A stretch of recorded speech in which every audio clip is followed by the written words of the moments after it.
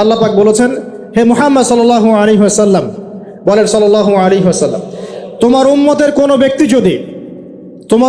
কোনো ব্যক্তি যদি আসমান জমিনের সমান গুনাহ নিয়ে আমার সামনে দাঁড়ায়, আসমান জমিন সমান গুনাহ নিয়ে আমার সামনে দাঁড়ায়, কিন্তু আমার সাথে শিরকের পাপ নাই, আমার সাথে কোনো শিরকের পাপ করে নাই, ইনশাআল্লাহ আমি আল্লাহ তার সামনে আসমান জমিন সমান ক্ষমা নিয়ে হাজির হব ইনশাআল্লাহ। তার মানে আমরা যদি ইনশাআল্লাহ তাআলা শিরকের পাপ থেকে দূরে থাকতে পারি, ইনশাআল্লাহ আশা করা যায় আমরা আল্লাহর সন্তুষ্টি পাবো ইনশাআল্লাহ। এরপর আল্লাহ রাব্বুল আলামিন কি করলেন? আল্লাহ রাব্বুল আলামিন পুরো মহাবিশ্ব সৃষ্টি করে সব দায়িত্ব ভাগ করে দিলেন। ভাগ করে দেওয়ার পরে আল্লাহ পাক জান্নাত জাহান্নাম সৃষ্টি করেছেন কিনা? আচ্ছা, জান্নাত এবং জাহান্নাম কার কার জন্য সৃষ্টি করেছেন বলেন? জিন আর মানুষ। আচ্ছা, এখন জান্নাতের চেয়ে কি শান্তির কোনো জায়গা আছে? আচ্ছা, এই জান্নাত কার জন্য সৃষ্টি করেছেন? জিন আর মানুষ। আচ্ছা, তাহলে আল্লাহ পাক মানব জাতিকে ভালোবাসেন কিনা? ভালোবাসেন কিনা? আপনি যখন কাউকে ভালোবাসবেন তাকে সবচেয়ে সুন্দর গিফট দিতে চাইবেন কিনা? তার জন্য সবচেয়ে ভালোটা কিনতে চাইবেন কিনা? আল্লাহ পাক জান্নাত তৈরি করেছেন কাদের জন্যে? আমাদের জন্য। তার মানে আল্লাহ পাক আমাদেরকে ভালোবাসেন কিনা? অবশ্যই বাসেন। আল্লাহ রাব্বুল আলামিন জাহান্নামও তো সৃষ্টি করেছেন। এখন যদি বলি যে তাহলে আল্লাহ পাক কি আমাদেরকে ভালোবাসেন না, জাহান্নামে কিভাবে দিবেন? উত্তরটা কি হবে তাহলে? উত্তর হচ্ছে এই যে যদি আল্লাহ না করুক কোনো ব্যক্তি জাহান্নামে যায়, তাহলে বুঝতে হবে সেই ব্যক্তি জাহান্নামে যাওয়ার যোগ্য ছিল বলেই জাহান্নামে গিয়েছে। কথা কি বুঝতে পারছেন? আর যদি কোনো ব্যক্তি জান্নাতে যায়, তাহলে বুঝতে হবে সেই ব্যক্তির উপর আল্লাহ পাক দয়া করেছেন বলেই সে জান্নাতে গিয়েছে। মানুষ তার আমল দিয়ে জান্নাতে যেতে পারবে না, মানুষ তার আমল দিয়ে জান্নাতে যেতে পারবে না, আল্লাহর দয়া অনুগ্রহ দিয়ে জান্নাতে যাবে ইনশাআল্লাহ তাআলা। আল্লাহ পাক আমাদের সবাইকে সেই দয়া অর্জন করার তৌফিক দান করুন। আল্লাহ পাক সৃষ্টি করলেন আদম আলাইহিস সালামকে। কাকে? এর আগে আল্লাহ পাক জিন জাতি সৃষ্টি করেছেন, আমি ওইদিকে যাচ্ছি না, আমি মানুষের কথা বলছি। আদম আলাইহিস সালামকে আল্লাহ পাক কেমন করে সৃষ্টি করেছেন? আল্লাহ পাক সূরা সাদের মধ্যে বলেছেন যে খলাকতু বিয়াদাই, আমি আদমকে আমার হাত দিয়ে সৃষ্টি করেছি। কি দিয়ে? হাত দিয়ে। এটা কি ভালোবাসার বহিঃপ্রকাশ নয়? আল্লাহ পাক কি আমাদেরকে ভালোবাসেন না? ভালোবাসেন। আচ্ছা, এই দুনিয়াতে যত কিছু আছে, এই দুনিয়ার আকাশ বাতাস নদী নালা পানি অক্সিজেন সবকিছু কার জন্য সৃষ্টি করা হয়েছে? গরু ছাগলদের জন্য, মানুষের জন্য। মূল দায়িত্ব কার? মূল অধিকার কার? মানুষের নয় কি? তাহলে এই পুরো বিষয়গুলো কি আল্লাহ পাকের ভালোবাসার বহিঃপ্রকাশ নয়? হ্যাঁ। আচ্ছা, এবার আসেন, আল্লাহ পাক আদম আলাইহিস সালামকে সৃষ্টি করে সমস্ত নাম শিক্ষা দিয়েছেন। এই যে নাম শিখানো মানে জ্ঞান শিখানো, এই জ্ঞান শিখানোটা কি আল্লাহর দয়া ভালোবাসা নিদর্শন নয়? একটু ধরাই দিচ্ছি আপনাদেরকে। এবার সামনে আসেন, আল্লাহ পাক ফেরেশতাদের সামনে তাকে উপস্থাপন করলেন, করে বললেন সব ফেরেশতা তোমরা যারা আছো সেজদা করো আদমকে। এই যে আমাদের পিতাকে সম্মানিত করা হচ্ছে, এটা কি ভালোবাসার বহিঃপ্রকাশ নয়? এবার আমাদের পিতাকে সম্মানিত করা হলো, ইবলিস সেজদা করলো না, সে কিয়াস করলো, বাতিল কিয়াস যুক্তি দিল আমি তার চেয়ে শ্রেষ্ঠ ইত্যাদি।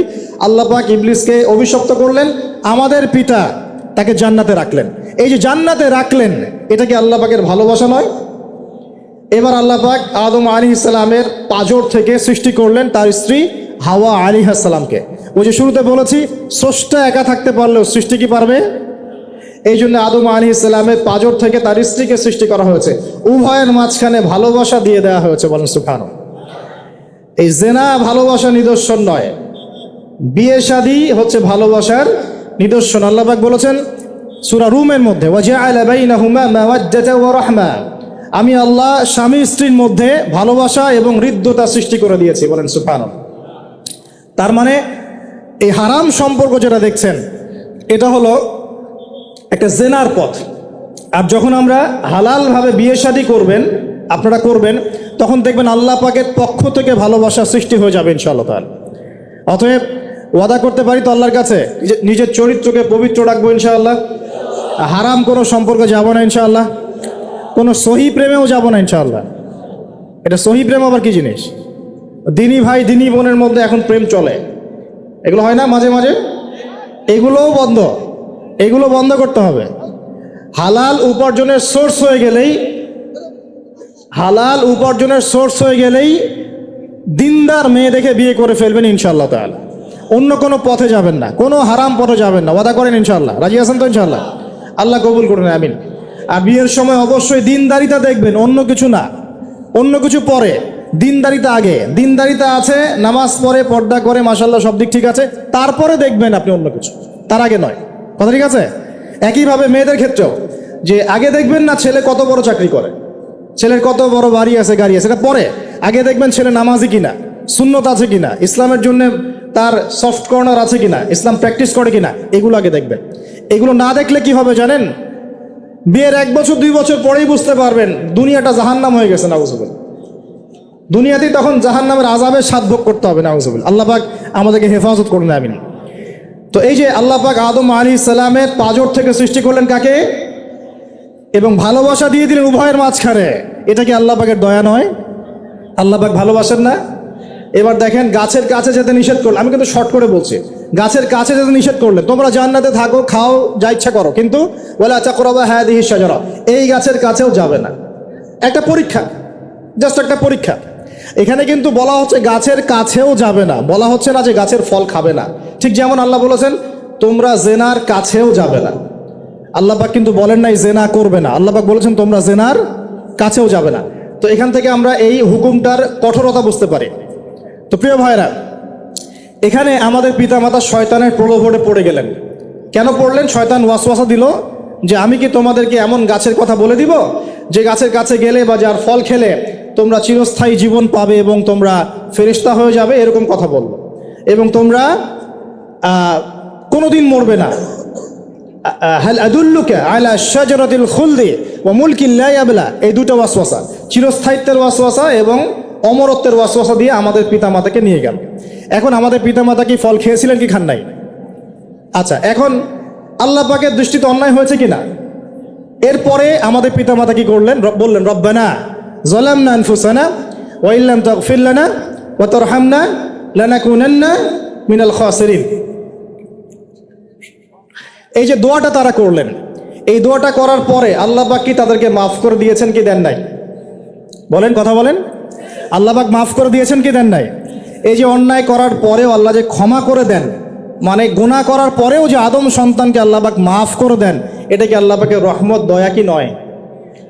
আচ্ছা, এটা আল্লাহ পাকের নিদর্শন ছিল ভালোবাসার।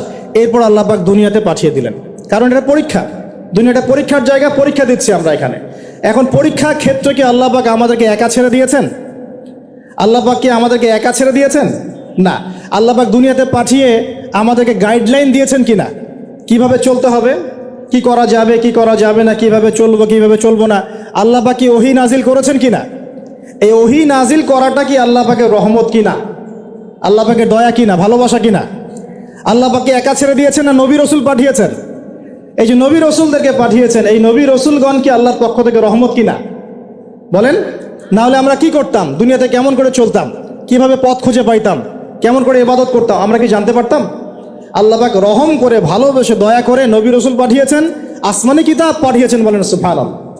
এখন এই নবীদের সিলসিলায় আল্লাহ পাক যে সর্বশেষ নবী মুহাম্মদ সাল্লাল্লাহু আলাইহি ওয়াসাল্লামকে পাঠিয়েছেন, এইটা দয়া কিনা? এটা আল্লাহ পাকের দয়া নয়? আল্লাহ পাকের রহমত নয়? আল্লাহ পাক কি বলেন নাই যে তিনি হচ্ছেন রাহমাতুল লিল আলামিন, তিনি পুরো বিশ্ব জগতের রহমত নয় কি? আচ্ছা, এখন আমাদেরকে যে আল্লাহ পাক নবী মুহাম্মদ সাল্লাল্লাহু আলাইহি ওয়াসাল্লামের উম্মত বানালেন, এটা কি আরো বড় রহমত কিনা? বলেন তো। জান্নাতে যাবে 120 কাতার মানুষ। কত কাতার? 120 কাতার মানুষ ইন টোটাল জান্নাতে যাবে। তার মধ্যে উম্মতে মুহাম্মাদের কত কাতার জানেন? 80 কাতার। কত কাতার? বলেন সুবহানাল্লাহ। তাহলে এটা কি আল্লাহ পাকের দয়া নয়? আল্লাহ আমাদেরকে ভালোবাসেন না? আচ্ছা, আল্লাহ পাক যে আমাদের কাছে তাওরাত, জাবুর, ইনজিল না পাঠিয়ে আল কোরআনের মতো কিতাব পাঠিয়েছেন, যে কিতাবের সমস্ত সমাধান আছে, এটা আল্লাহ পাকের রহমত, দয়া নয়, ভালোবাসা নয়? আচ্ছা, এখন আল্লাহ পাক দুনিয়াতে চলার জন্য আমাদেরকে জীবন দিয়েছেন, হায়াত দিয়েছেন, সুস্থতা দিয়েছেন, পরিবার দিয়েছেন, আমাদের ব্যবসা বাণিজ্য দিয়েছেন, আমাদের স্ত্রী সন্তান দিয়েছেন, আমাদেরকে চলাফেরা করার ক্ষমতা দিয়েছেন।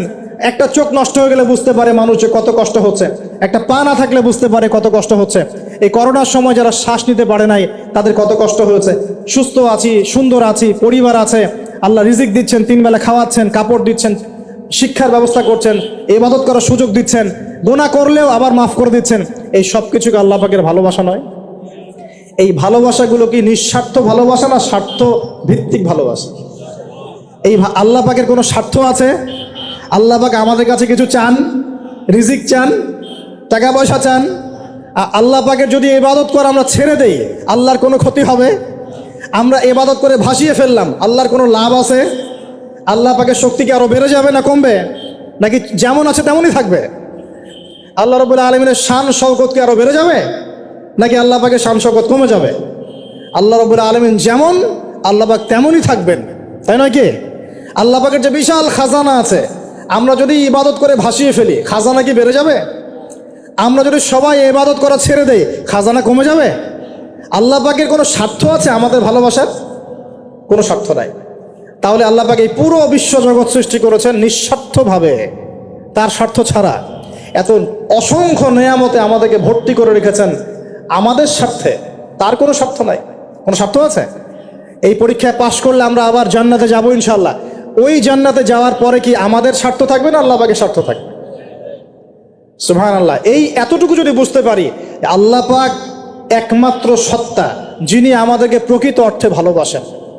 বাকি যত কিছু আছে আমাদের চারপাশে, এই ভালোবাসাগুলোর পিছনে একটা একটা স্বার্থ থাকে।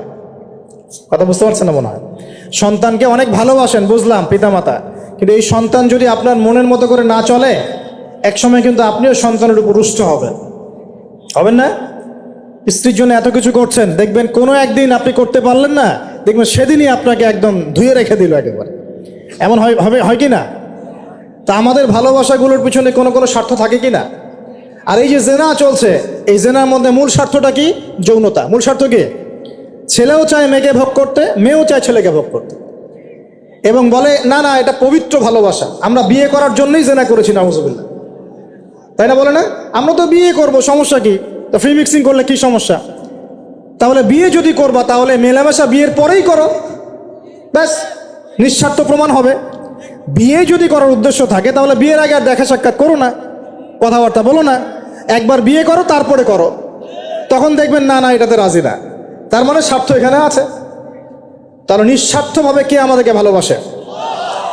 অতএব প্রিয় ভাইয়েরা এবং বোনেরা যারা শুনছেন লেকচার, নিঃস্বার্থভাবে যে সত্তা আমাদেরকে ভালোবাসেন, সেই সত্তাকে ভালোবাসতে শিখুন।